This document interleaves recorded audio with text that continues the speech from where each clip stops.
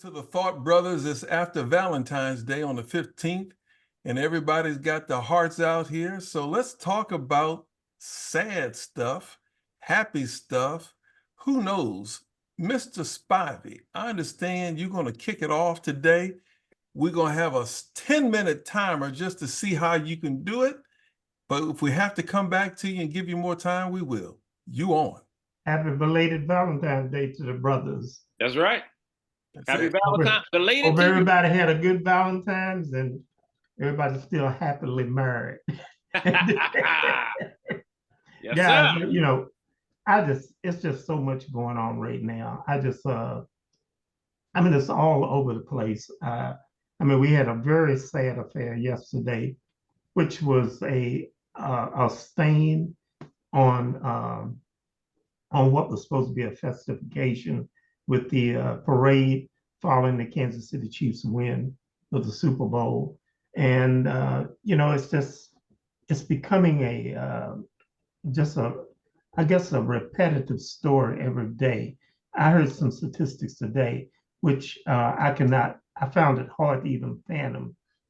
But the statistics said that there have been 45 mass shootings in the last 45 days. Yep. That is ultimately ridiculous. With 45 shootings in 45 days. Memphis, Tennessee, I saw a video where they had 400 murders last year in Memphis, Tennessee alone. And you know, I didn't even venture to see what it was for Washington, D.C., and for Chicago and for Atlanta. But yesterday was supposed to be a big celebration, and there was a shooting at the end of the Chiefs parade. I think a news lady was killed, and I think close to 20 other people were injured, and more than 15 of them were seriously injured from gun violence. And I just wanted to get y'all's opinion on just that segment, because I'm going to be talking about something else that really is troubling me with what is going on now with the African American, I guess, elite in the entertainment industry. Since Cat Williams' interview with Shannon Sharpe on Club Shay Shay, it seems like it's just become a free for all in that industry right now. Recently, Mike Epps did a comedy show, and he basically accused Shannon Sharpe of being gay and said that Shannon Sharpe had DM'd him over 5 times and wanted him to be on his podcast, which has later now been retracted, where he says that Shannon Sharpe never DM'd him, that he DM'd Shannon Sharpe 5 times to be on the podcast. Shannon Sharpe held a podcast, and during his podcast, he says that he's going to be in Indianapolis this weekend for the NBA championship. Mike Epps is from Indianapolis, and he plans to check him. He said, I'm going to put my hands on him. So, you know, this stuff is really getting out of hand. DL Hughley is now going after Monique because of some things that she said during her interview with Shannon Sharpe. And we also have a real serious thing going on with Taraji P. Henson, talking about what happened with her doing The Color Purple filming and how she was underpaid and mistreated doing that. And from what I understand, and I did not know until today, it cost close to $20 million to make The Color Purple. But as a result of supposedly Taraji's revelation about the way that the cast was treated and the low pay, that this movie only grossed $3.8 million. And it immediately had to go into streaming to try to salvage some of the money. it just goes on and on. I know you probably have heard of this thing with Will Smith and P. Diddy, supposedly with this gentleman by the name of Dwayne Martin.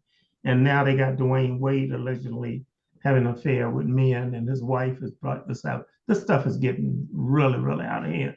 The troubling thing with me, and I'd like to get you all's opinion, is I don't hear of any of these kind of rifts going on with Taylor Swift or any of the people, Caucasian rappers or this type of thing.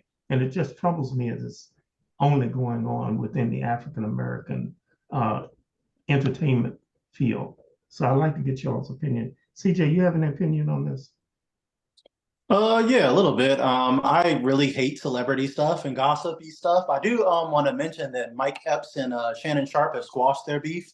There's a picture of them circulating, handshaking, and today talking about they met up in person and handled it like grown men. So that one we can sweep under the bus. It looks like, but the rest of it, I think it does happen in other communities, like you said, but it doesn't get highlighted. And they really want to highlight it for our community for the same reasons they highlight gangster rap and the same reasons they highlight other things in our community that perpetuate certain stereotypes that are advantageous to certain classes of people. And I think that has a lot to do with it. And people just eat up a lot of that garbage, kind of gossipy stuff. So as long as people keep engaging with that content, people will keep farming for that type of content. So as long as it trends, as long as the people keep clicking on it, people are going to keep having that type of content out there and pursuing it for the likes. Carlos, what's your thoughts? Well, I'm with CJ. I mean, I think first of all, if it's acceptable, then it will continue to happen. And it's acceptable because people want to generate that buzz on social media. They want those likes. They want the, they want that exposure. If good news isn't necessarily good news anymore. You need some bad news for the ratings and for the revenue to work.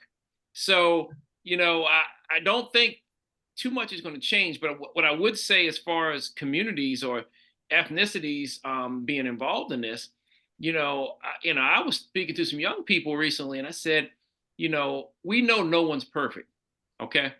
And if you do something you're not proud of, you might want to keep it to yourself until you can do something better. That was my message. And I got that message from someone else. And for people who really might not know what that means, it basically means this.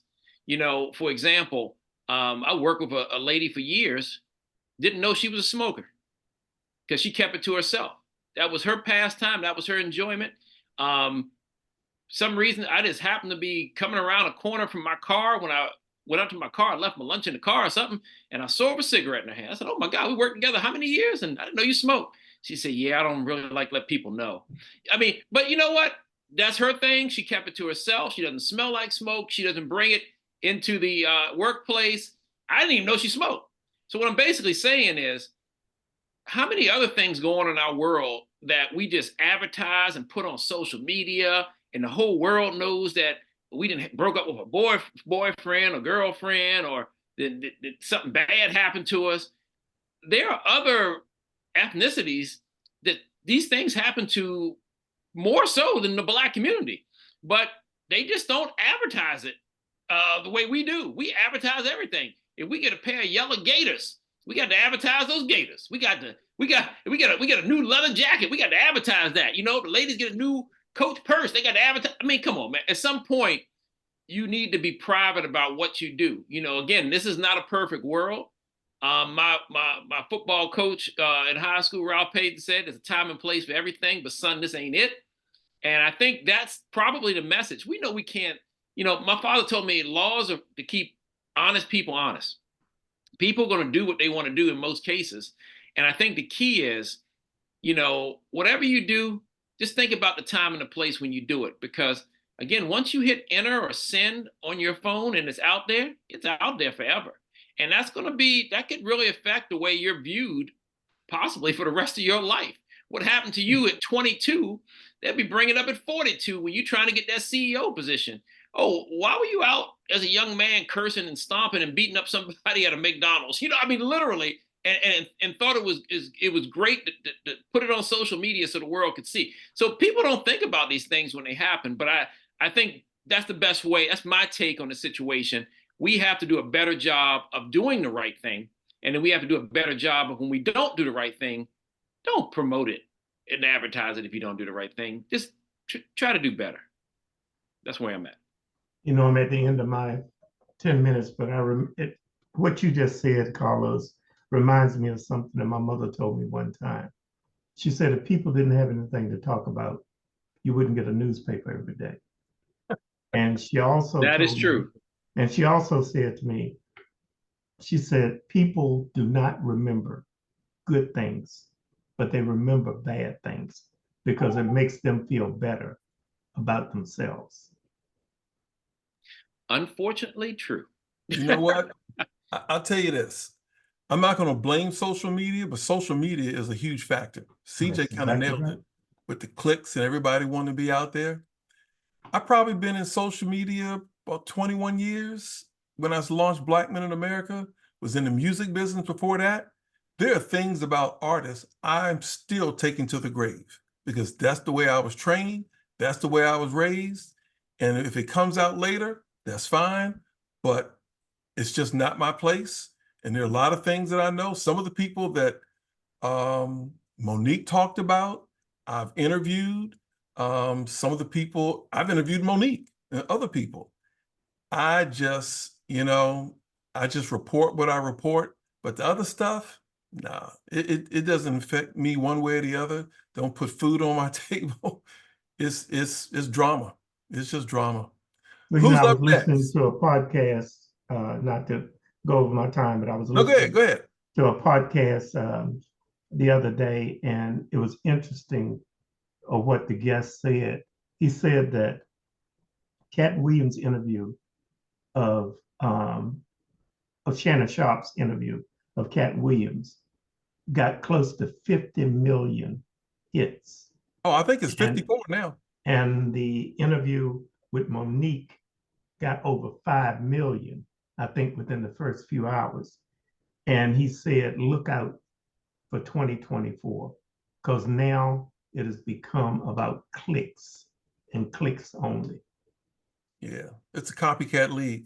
Yeah. People gonna just try to outdo everybody else with the ratchetness and the drama. Yeah. All right, so who's next? Banker Man? I'll go next. I know CJ loves to bring it home, man, with the best political view in the country right now. So is that cool, CJ, man? So I can go ahead and throw it out there? You're on mute. You know what I got to talk about, man. Come on, like I said, we wanted to talk about some positivity, just a good old Super Bowl, good old sports commentary. And we wanted to stay away from gun violence because, anyone who's watched the show over the past year or so, in the spring and the summer, we've had a lot of gun violence. And we've talked about that on several shows. So it was very refreshing that we did not have to talk about gun violence as much recently. And we were really looking forward to giving you a nice Super Bowl recap. But gun violence and now a Super Bowl celebration have merged, and we're basically forced to talk about it. And it's a worthy topic. It's just the fact that we just wish it wasn't. Okay. Obviously, hey, Valentine's Day, Kansas City Chiefs parade, governors out there. We got celebrities out there. We got children out there. We got elderly people out there at the parade. I think they were expecting 1 million people, and unfortunately, gunfire. What I'm looking here at the latest information, 22 injured, mass shooting that left 1 person dead and 22 injured at the Chiefs Super Bowl celebration appeared to have stemmed from a dispute among several people. So first of all, I'm asking, why are you bringing your gun to the parade? I mean, were you expecting this to have a shootout? I mean, I can see bringing your Chiefs gear. I can see bringing your hat, your football to toss around. What you bringing the gun to the celebration for? Come on, man. Come on. I think that's the start right there. I mean, a time and place for everything. That wasn't the time to want to fire your gun, your weapon, whatever you want to call it. I think also when we look at this, it wasn't just adults there. I mean, we got half the injured people, or over half the injured people, were children. Children. So now children are injured in the hospital and fighting for their lives because somebody had a dispute because they wanted to bring a gun and they didn't want to settle it like men. Couldn't they go, have a couple words? I mean, I don't understand this, but I think that as long as this country, we allow it to happen. I mean, I'm a big proponent of keeping your own house in order before you go out and try to change the rest of the world. And, sometimes that's easier said than done because, obviously sometimes we can choose our friends, but not our family members, right? But at the same time, what is possessing people to go to celebrations packing? Talk to me on this. Who we got, man? Gary, Mr. Spivey, who wants to go? Give me some feedback on this one because I'm trying to understand. Carlos, something I heard yesterday, and I found it unbelievable. Missouri, their gun laws are the most lax in the country. There's no background check. There is no carry permit. A 15-year-old can carry a gun down the street and nobody is going to stop them or anything. I never heard of anything like that before. So guns at this celebration yesterday, probably 50% of the people they were packing because, here you can get stabbed with a concealed weapon and get a charge for a concealed weapon, not in Missouri. Wow. Okay. All right. CJ, what's your thoughts on this, man? What's going on? Nothing new. Like I said, this is I'm not going to say I've given up on the gun issue in America, but until there's enough political will, we know what the problem is. There's NRA money flooding, both political parties, and neither party has a will to do anything. This is the only country that this is an issue. There just aren't mass shootings everywhere. So all the people are just well, there's nothing we can do. It's there's every other country has figured out something you could do, but our politicians don't have the political will because they're too corrupt. So until that changes, this is going to be a never-ending problem. Like I said, this is mass shootings every day, it seems like, in America. We're desensitized to them because they happen everywhere all the time.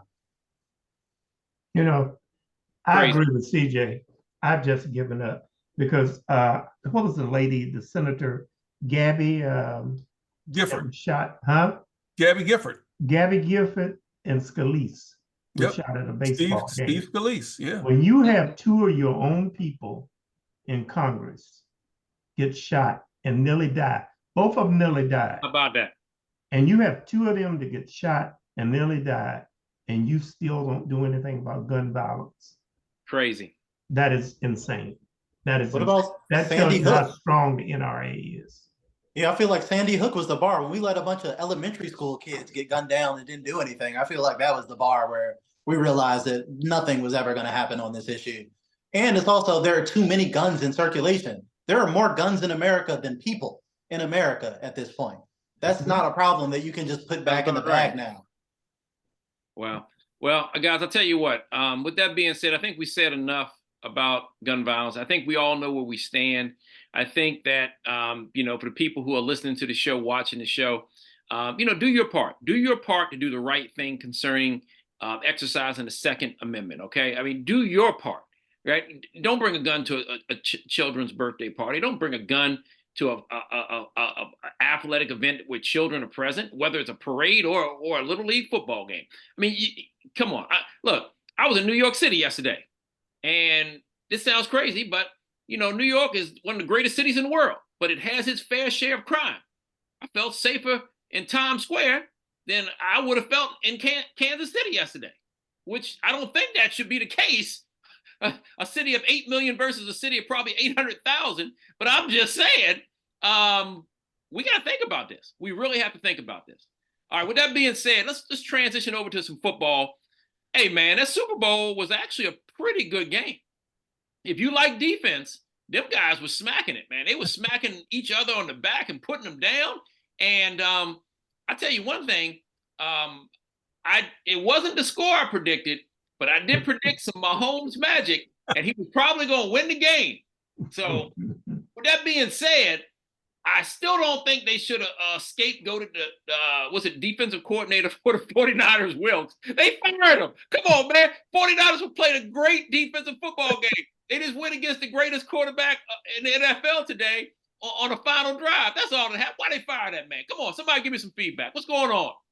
Come on, Mr. Spivey. No, I'll let CJ comment on that because you don't want to hear what I got to say. Oh, boy. Because the brothers are getting shafted in the NFL, which is not surprising. I mean, you got Eric Bieniemy. He got fired as the offensive coordinator for the Washington Commanders, and the players complained about he was a little too hard on them. He was hard enough to take Patrick Mahomes in Kansas City to 2 Super Bowls prior to this one, and now this guy who was the African-American defensive coordinator for the San Francisco 49ers, you fire him. That is just ludicrous. It's gotten to the point now that certain people are isolated. I don't normally, I'm one of these people who I don't like to blame coaches. I blame players. I think players have to be accountable when they do stupid things and get stupid penalties. I think the players need to be accountable. But I can tell you that Super Bowl game, there is no way that you can blame the defensive coordinator because that defense played top shelf the whole game for 4 quarters. So if you want to blame anybody on that particular game, you would have to blame the play caller. Yeah. And who is the play caller? Shanahan. Yeah. And I rest my case on that one. Wow. Gary, CJ, what you got? What's your thoughts, bro? Go ahead, CJ. Go ahead. Well, Shanahan's not going to throw himself under the bus, so somebody's got to be tossed under that bus and be scapegoated. And that's usually how the black coaches always seem to get that honor. So I think that's all there is to say there. And like I said, like Carlos was saying, I think it was a great game. You can't throw the Chiefs. I mean, you can't throw the 49ers defense under the bus for losing to Patrick Mahomes. Like Patrick Mahomes is already making a case for being the greatest quarterback of all time at like age 28. So you give the ball back to him with 2 minutes, you might as well pack it up. The man's going to win the game. He took over with his legs. And the scary part is this is as bad as the Chiefs might be. This is as bad as his receiving core might be. This is as bad as their defense might be. And they might even be better next year. So Mahomes is on his way to just building a, all-time career. And the rest of the league, it sucks because Lamar had to lose, a lot of other great players, almost like Jordan back in his prime in that era. A lot of great players in the prime of the 90s didn't get championships. And it's not because they weren't great. It's because the Bulls dynasty took them all. And it's looking like one of those things with Mahomes. Hey, look, remember my time is about to run out.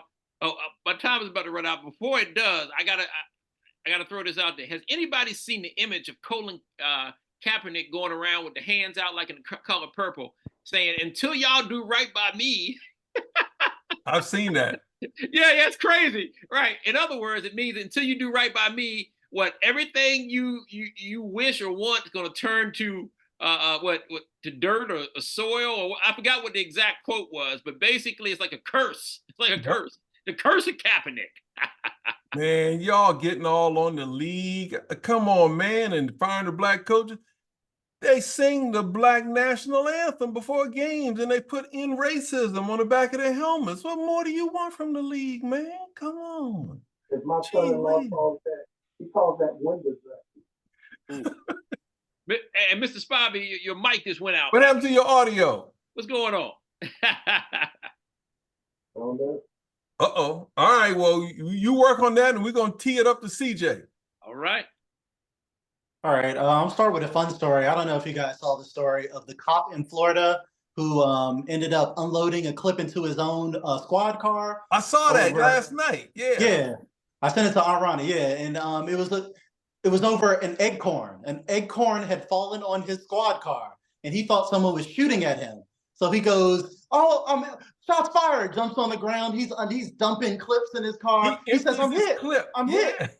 He says, "I'm hit." He thinks he's and his partner's confused. He's like, "What are we shooting at? What's going on?" Then she starts dumping clips. And then there's backup. They come confused. He's asking, am I hit? I don't know if I'm hit. I don't know what's going on.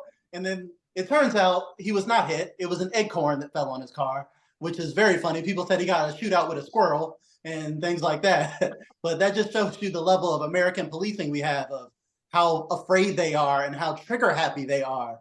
Because there was a suspect in the back of that squad car Right. who was lucky that he didn't get lit up over a squirrel dropping an acorn on a cop car.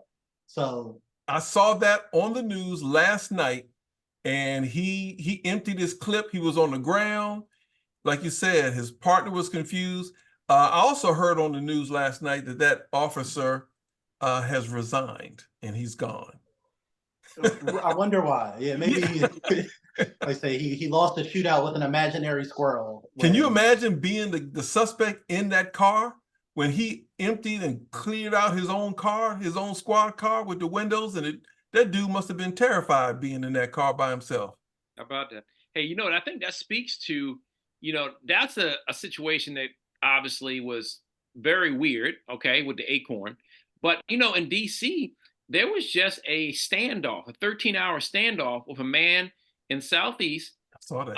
who shot 3 officers because they were trying to, I guess, I don't know if it was a welfare check or arrest him or evict him because of a dog issue, that he had like over 20 dogs or something at his property, and he was seen abusing his dogs and punching his dogs, and he basically got reported. So the police are going to check, and I'm trying to see if I can pull the information on it, but it says man accused of shooting 3 officers had 31 dogs in his DC home. Neighbors say he punched and neglected them. Wow. So, I mean, and it says he was a 48-year-old man with a warrant they were trying to serve. So, again, am I missing something? Like, is it fashionable to have 31 dogs? Do you think that's a mental issue? Like, then the 3 police officers got shot in the process. It's things like this that make police want to be trigger happy, because they're like, I don't know what, I want to go home every night, and I think that's a valid concern. You signed up to be a police officer, but you do want to go home every night. So the acorn is a reaction based on things like this story here in DC, or, the stories like them all over the country where, police are getting fired on. And in this case, it doesn't say the police did anything wrong other than 3 of them got hit. Look like they're still alive. But what are your takes on this? I mean, what's going on with us as a people? What's happening? All right, CJ, you back. Yeah, well, this can segue into my next issue. I think there's a vast mental health crisis, and something that I've been looking into lately is the different mental health therapies that have been working versus antidepressants.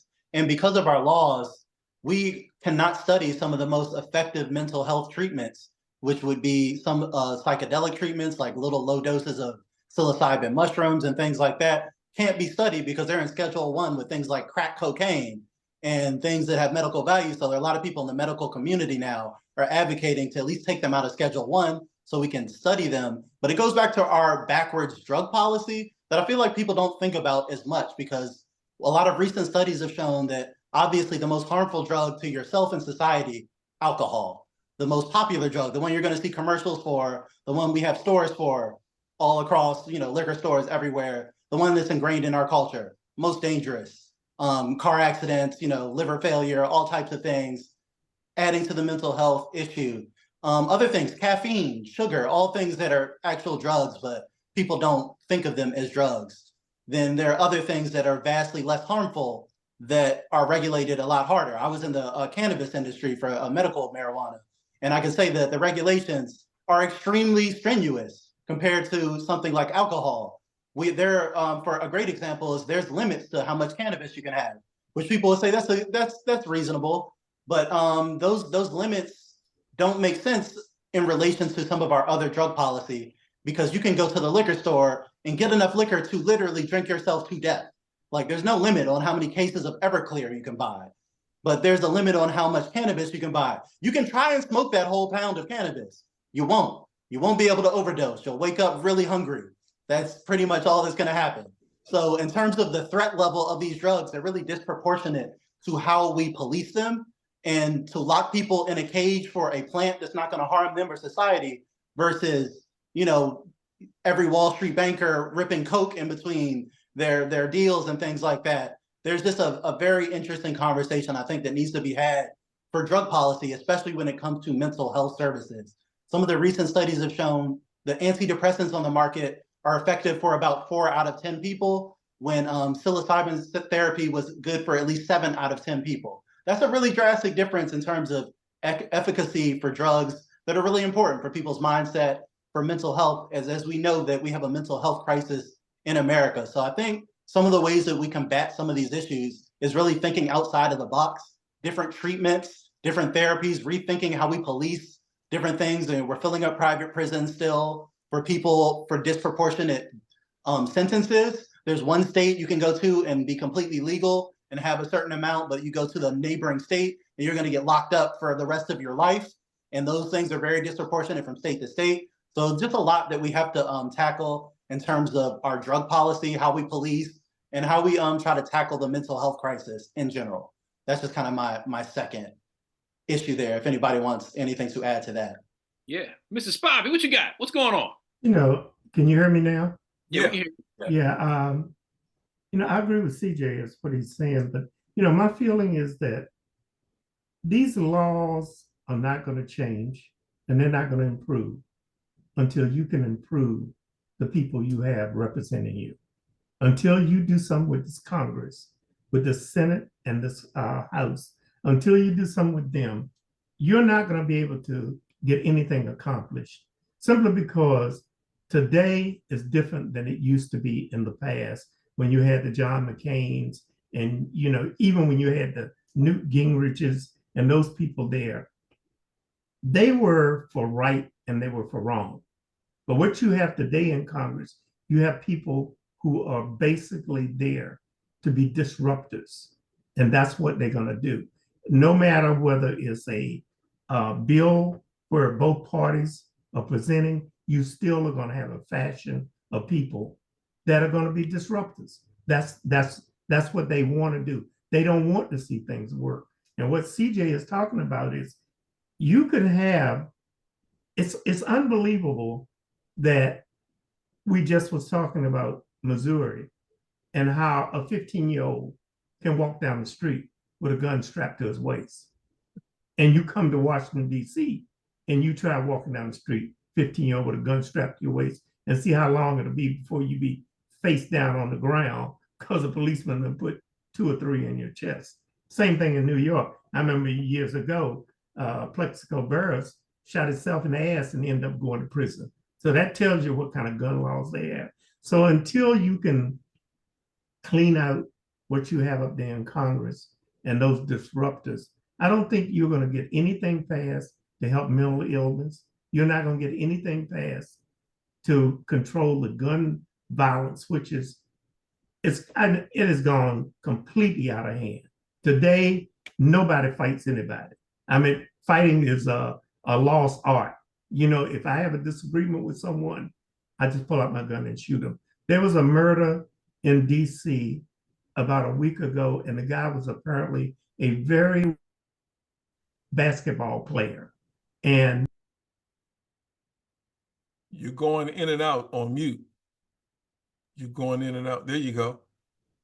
And his friend shot him over some, and I mean, they have been childhood friends. And his friend shot him and killed him over some really, really simple disagreement. So that's where we have come. We've come to the point of, Trump said he wants to make America great again. He wants to take it back to the Old West, because everybody carried a gun. Wild, Wild West. Everybody carried a gun then. And it's getting to the point now that that's what's going on. I think Dave Chappelle said it best. He said that there's only one way to get new gun laws in America. We need every Black person in America to go out and buy a gun.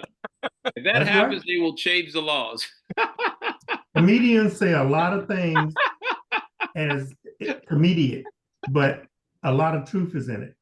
Yeah. If every Black person in America, whether you were eligible to have a gun or could clear background check.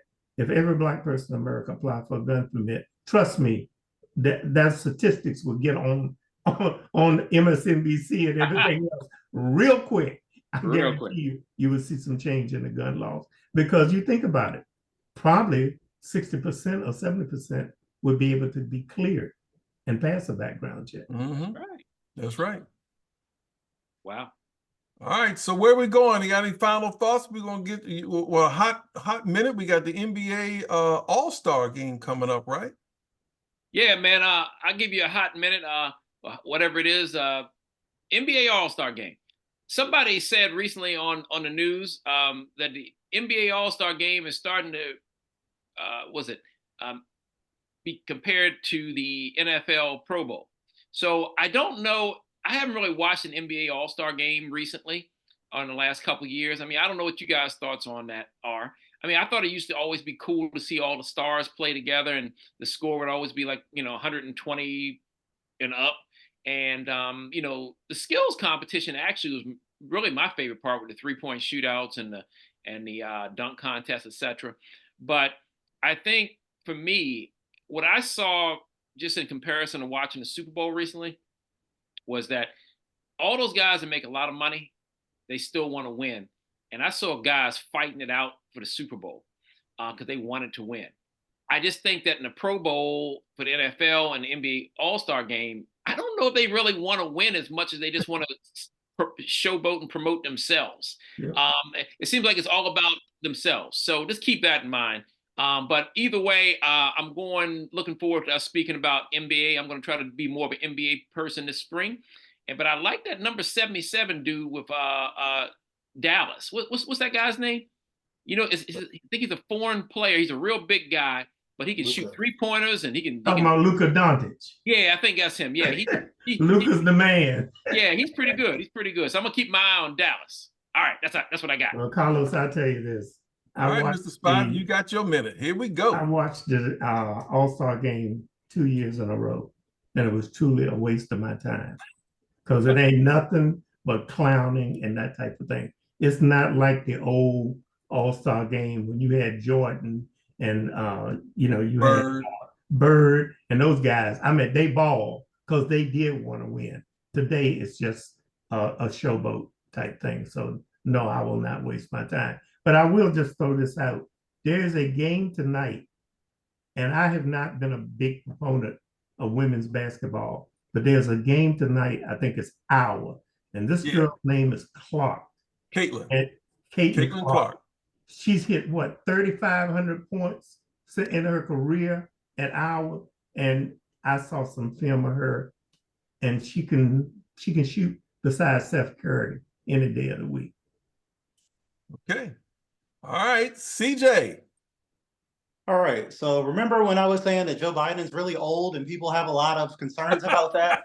Well, guess what? This week, the special counsel from his own Justice Department came out, and it said that Joe Biden is super old. He's so old that he's too old to do crime, because he did the same crime that Donald Trump did, basically. But their assessment is that if they put him in front of a jury, that he would come off as a well-meaning elderly man with a poor memory, quote unquote, from his own Justice Department. They also quoted that he didn't remember when he was vice president, like with Obama, not that long ago, and he didn't remember when his son died, among other things, when they interviewed him for his documents interview. So I'm just saying, and also people are mad at Jon Stewart for his first segment back for pointing that out. So I'm just going to reiterate the question that Jon Stewart said in his segment. If all the Democratic officials who are telling us that behind the scenes, when you don't see him, Joe Biden is sharp, he's on top of it. Whenever you don't see him, he's delegating, he's doing this. Do you have any footage of that? Because if you have some footage of that, that would put the American people at ease. Also, he's going to decline to take the cognitive test that every president takes because he's old and they don't want him to fail. And also, they did a tracker of how many interviews that Joe Biden has done in his presidency compared to Donald Trump and President Obama after Joe Biden didn't do the Super Bowl interview, the free press that he would have had. And he's done 86 interviews to this point in his presidency compared to 300 from Donald Trump and like 416 from Obama. So that just shows you how much they're hiding him from the press and interviews, to the fact that he had to throw a "I'm not senile" press conference where he mixed up the president of Egypt and Mexico while yelling at the media like an old man. So I think they need to do something about that before we get 4 more years of Trump. All right, this is worthy of anybody who wants to do a minute on that. The only thing I'll say is Tucker Carlson did an in-depth interview of Putin, and he asked Putin who would he like to see in the White House, and he said he would prefer to see Biden win the election because one, Biden was smart, he knows politics, and two, he's predictable. And so you could read between the lines of what he was saying. And I really thought that caught me by surprise, simply because I thought Trump was his boy. But he apparently feels Trump is very unpredictable and he doesn't want to deal with him. Hey, I'll agree with that. I think Donald Trump walks into a room and I think that he doesn't even know what he's going to say sometimes before he walks in. So I do believe he is completely unpredictable. I think whoever writes his speeches is probably like pulling their hair out because they probably give him a speech, but he doesn't stick to it. No. He's completely unpredictable, which does make it very hard for another leader of a foreign country to plan against. So now I'm not saying that's a good thing because that you could end up in war if something bad happens, but we'll have to see. I do my best. Like I said, I'm gonna do my best individually to go out and vote. And I'll just, at this point, hope for the best because not really thrilled with either candidate at all. All right, folks, we gave you a lot to think about. While you're thinking and doing all that, make sure you get off my lawn, okay? We are the Thought Brothers. We hope to have some more upbeat news for you, but we just tell it like it is, how we see it. This is our truth. And until next time, we are out of here. All right. Take care, people. Good night.